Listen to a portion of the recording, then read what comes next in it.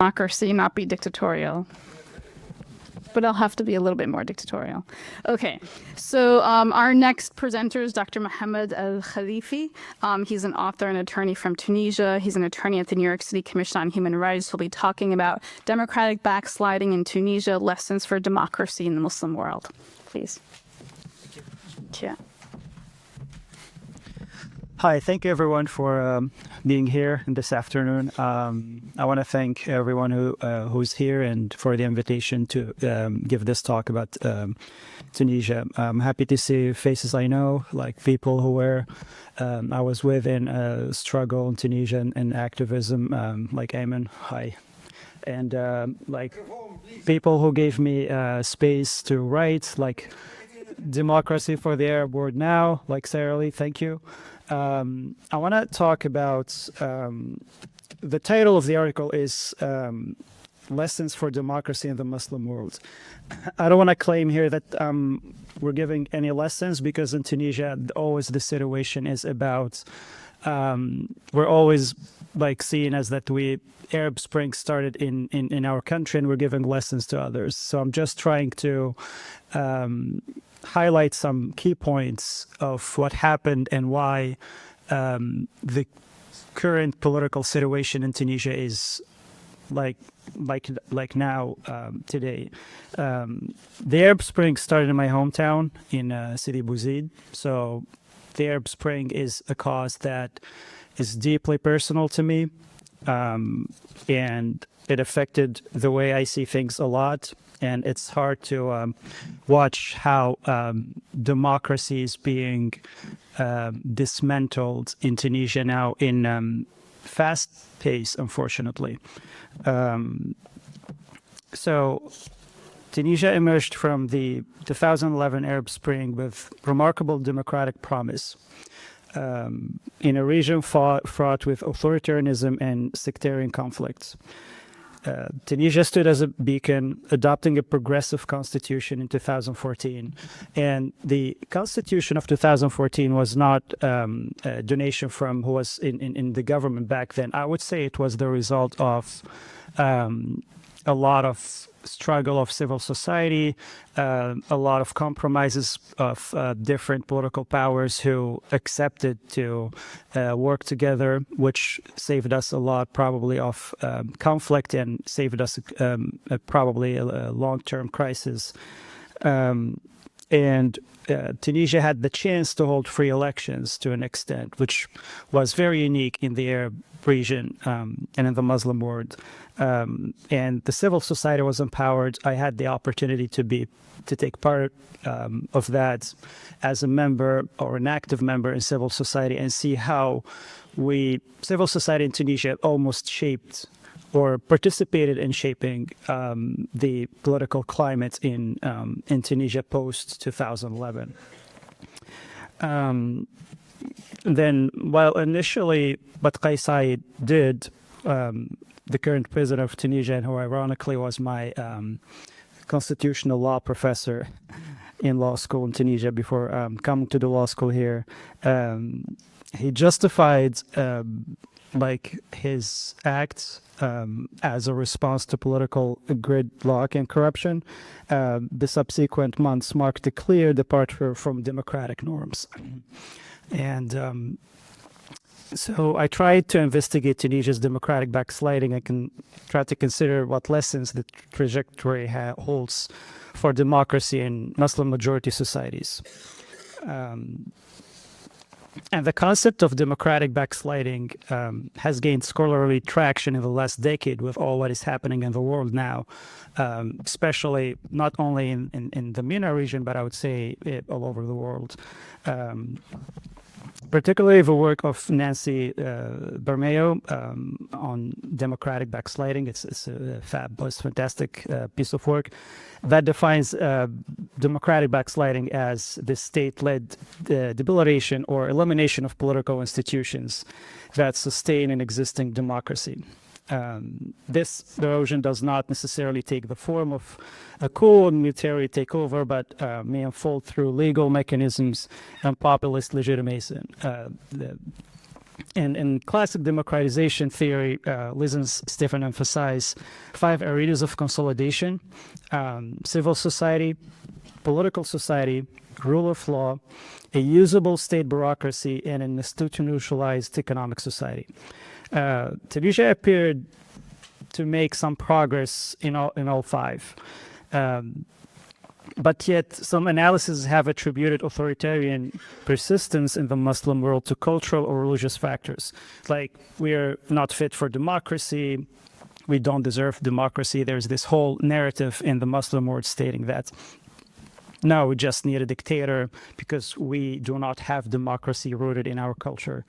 However, scholars like Alfred Stephen argue that Islam is not inherently democratic. There were great interventions before me about that. And that institutional and socioeconomic structures are far from explanatory. Tunisia's trajectory supports this institutionalist view. The problem obviously was not Islam. Tunisia is 99% Muslim, and even the non-Muslim communities lived for thousands of years in peace in Tunisia. But it was technically the fragility of democratic norms, lack of economic inclusion, and the personalization of power. The findings of this brief paper was first the limits of institutionalism, and that the 2014 Tunisian constitution was lauded internationally. It was to a good extent progressive. It guaranteed a lot of freedoms. It was a result of, I would say, a lot of different classes in Tunisia, including the political class of the civil society, the social movements. Everyone participated to make sure that they imposed their own view and to have a say in the Constitution of 2014. It guaranteed the separation of powers, judicial independence, and individual rights. Yet institutions on paper did not translate into perfect democratic resilience. Parties were fragmented, electoral coalitions were unstable. We saw a lot of good coalitions that collapsed easily. And the judiciary remained somehow politicized, unfortunately. While the 2022 constitution, adopted by referendum amid super low turnout, around I think 20% or even lower than that, dramatically restricted the balance of power. It was clearly written by, I would dare to say, one person who was the head of state. It granted President Said near absolute authority, including the ability to appoint judges, bypass parliament. And while he made that sound or look technically legal, these changes undermined the spirit of democratic pluralism and, I would say, destroyed any attempt to build the constitutional institutions that were laid out in the Constitution of 2014. And this does suggest that institutional design without enforcement, a culture of democratic practice, is insufficient. Constitutions are not self-enforcing. Tunisia demonstrated how the hardware of democracy can be overridden when the software, like the political culture, the political environments, and civil commitments are absent. The second finding, I think, is the most important, is the populism and the authoritarian drift.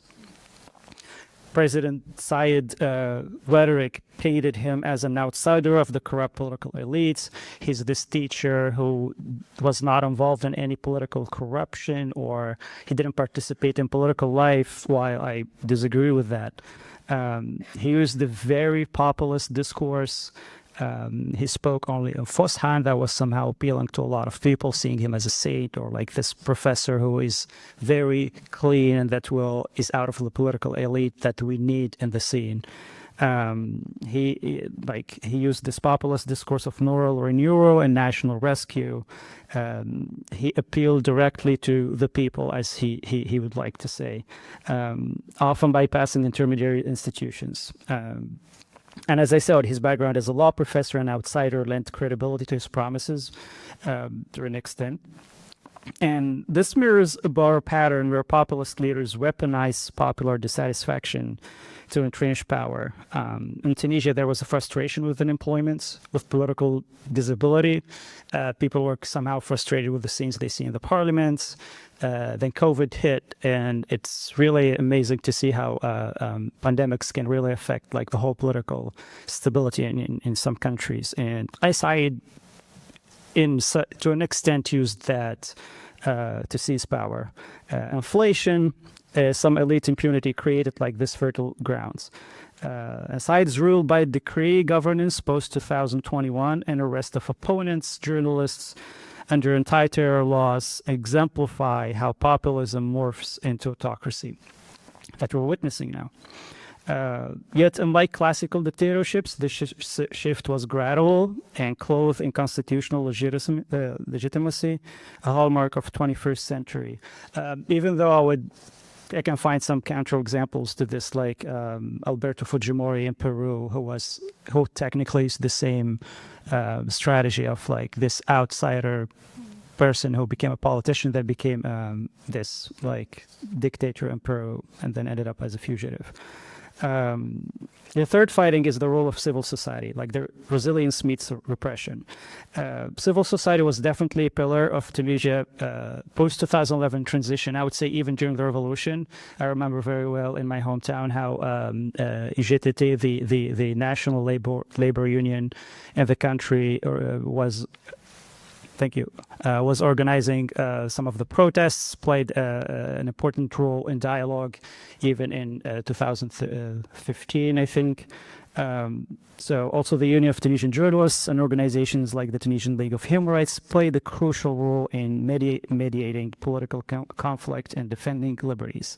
However, those groups under sides have faced growing pressure, surveillance, judicial harassment, regulatory crackdowns have curtailed civil society space. The arrest of activists, the dissolution of opposition parties, restrictions of foreign-founded NGOs, always labeled now as like traitors and sellouts, signal chilling environment. And I would say even some of the biggest organizations like the labor union in Tunisia is almost kneeling now and collaborating with the regime with what is going on. So just to conclude, since I only have 5 minutes left, I would say that first, elections alone are not enough. Tunisia's story reminds us that elections, though vital, are not sufficient for democratic consolidation. Electoral legitimacy can coexist with authoritarian governance, like what is happening now. Everyone's argument is like, oh, ISID won with 90%. Why were you questioning his legitimacy? Particularly when rule of law is weak. As Farid Zakaria notes, a liberal democracy is on the rise where leaders are elected but institutions are hollowed. Second point is populism as the Trojan horse. Populist leaders often exploit institutional dysfunction to justify radical centralization. Their legitimacy rests on a direct and immediate dictatorial relationship with the people, bypassing checks and balances. While for Said, everyone is a traitor except him, and he's the only one who is the spokesperson of the people in Tunisia. Tunisia showed how quickly populism can become a tool of legal authoritarianism. Third conclusion is that civil society needs legal and political guarantees. We have seen how easy is it to dismantle civil society, to make the civic space shrink. In Tunisia, it's kind of very scary how things are different now. So civil society actors cannot safeguard democracy on their own. They need protection. They need legal guarantees. Laws that ensure freedom of association, independent judiciary to defend those rights, and a media landscape that fosters pluralism. In Tunisia, the erosion of these protections has made resistance symbolic rather than transformative, unfortunately. The last point is the culturalist fallacy. Tunisia revokes its initialist claims that Islam is incompatible with democracy. We have seen attempts to have a stable democracy in Tunisia before 2019. The 2014 constitution was one of the most progressive in the MENA region. I have to give it that. Islamist party accepted secular norm, had given some compromises. Other secular parties did the same. Everyone sat on the table and talked together. And even though personally back then was hardcore opposing all of the political scene and all the political spectrum of parties back then, when I look at it back now, I see that that was a good attempt of having a stable political situation or political regime in the country. The breakdown was structural and not religious.